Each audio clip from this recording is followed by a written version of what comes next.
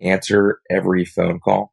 Don't let it go to voicemail. I think this is where something that Will, that you said earlier, having that like family at the center of the mind at all times, that they're going through an experience, they have a question.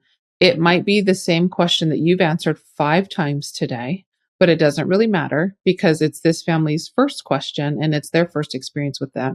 So I think you need staff that can really grasp onto that and answer those questions kindly, give them guidance, and really keep that at the front of their mind. Because especially when you are doing high volume, things can get a little rote. It can get a little routine. It can get, I'm answering the same thing. My tone of voice is saying the same. Like there's no, level of service within that phone call. And like, this is one of the biggest things that's going to set a funeral home apart. Because if you are, like Will just said, in that top 3 and you've got a family calling 3 funeral homes, that phone call is going to tip the scale, I guarantee you. Yeah, 100%.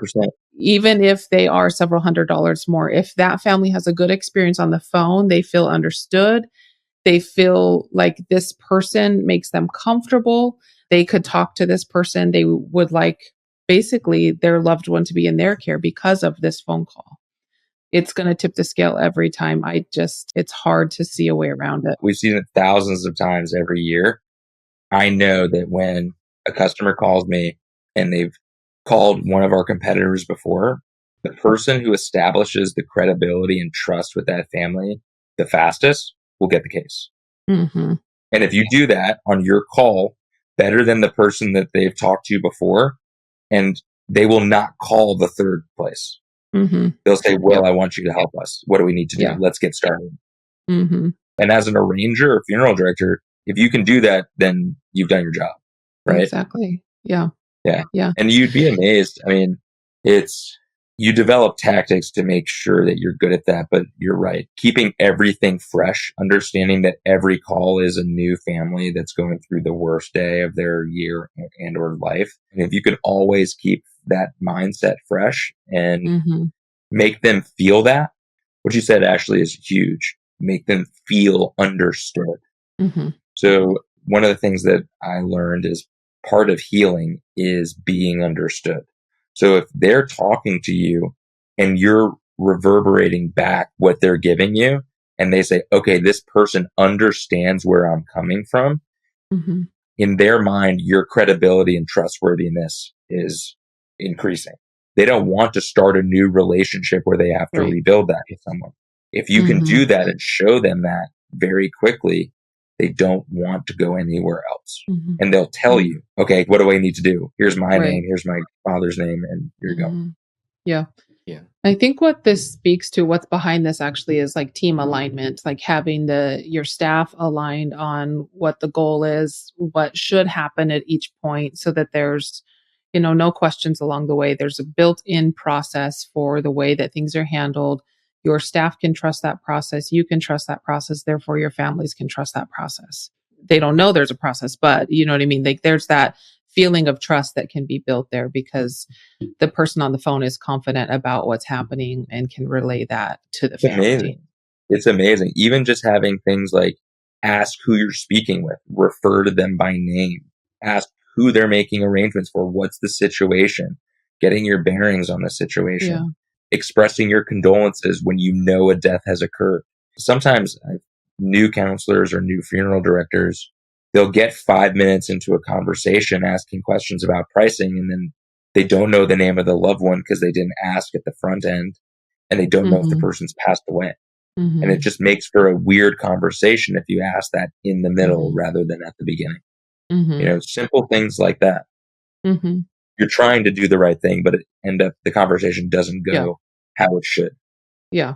It can't feel transactional. What's your price for a direct cremation? It's this. All right. Well, that's the end of the conversation.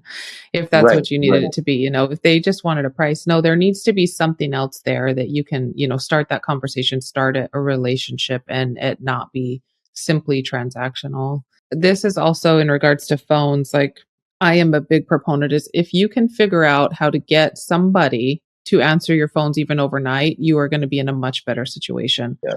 So if you can have a person that's attached to your business, they don't even need to be one of your daytime staff people who knows the ins and outs and everything, but they are a live person who can answer your phones with empathy, with compassion, answer Yeah, some of those questions.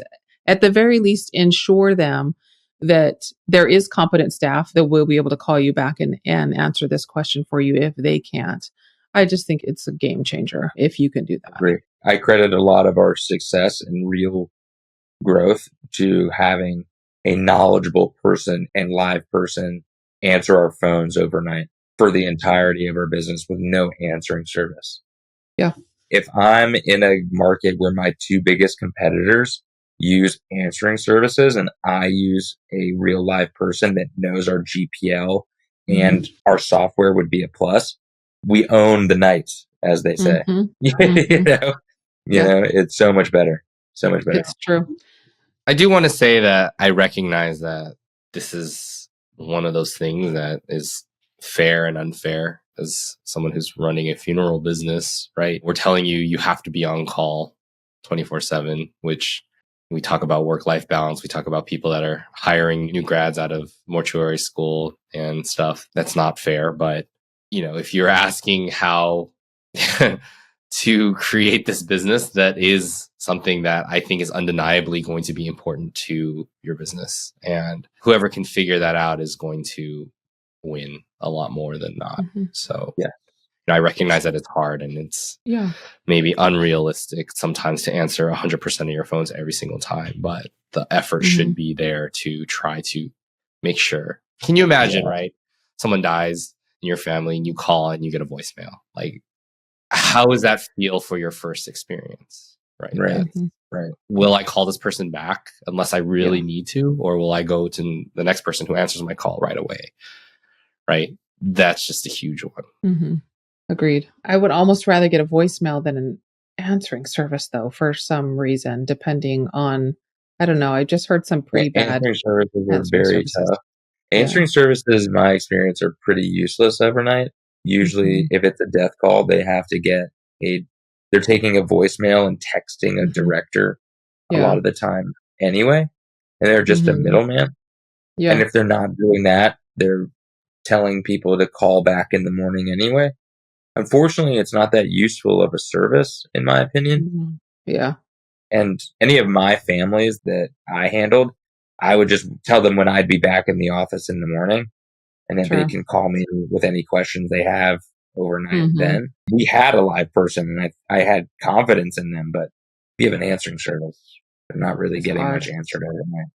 No. Yeah. A lot of funeral homes are losing cases overnight because of answering Mhm. services.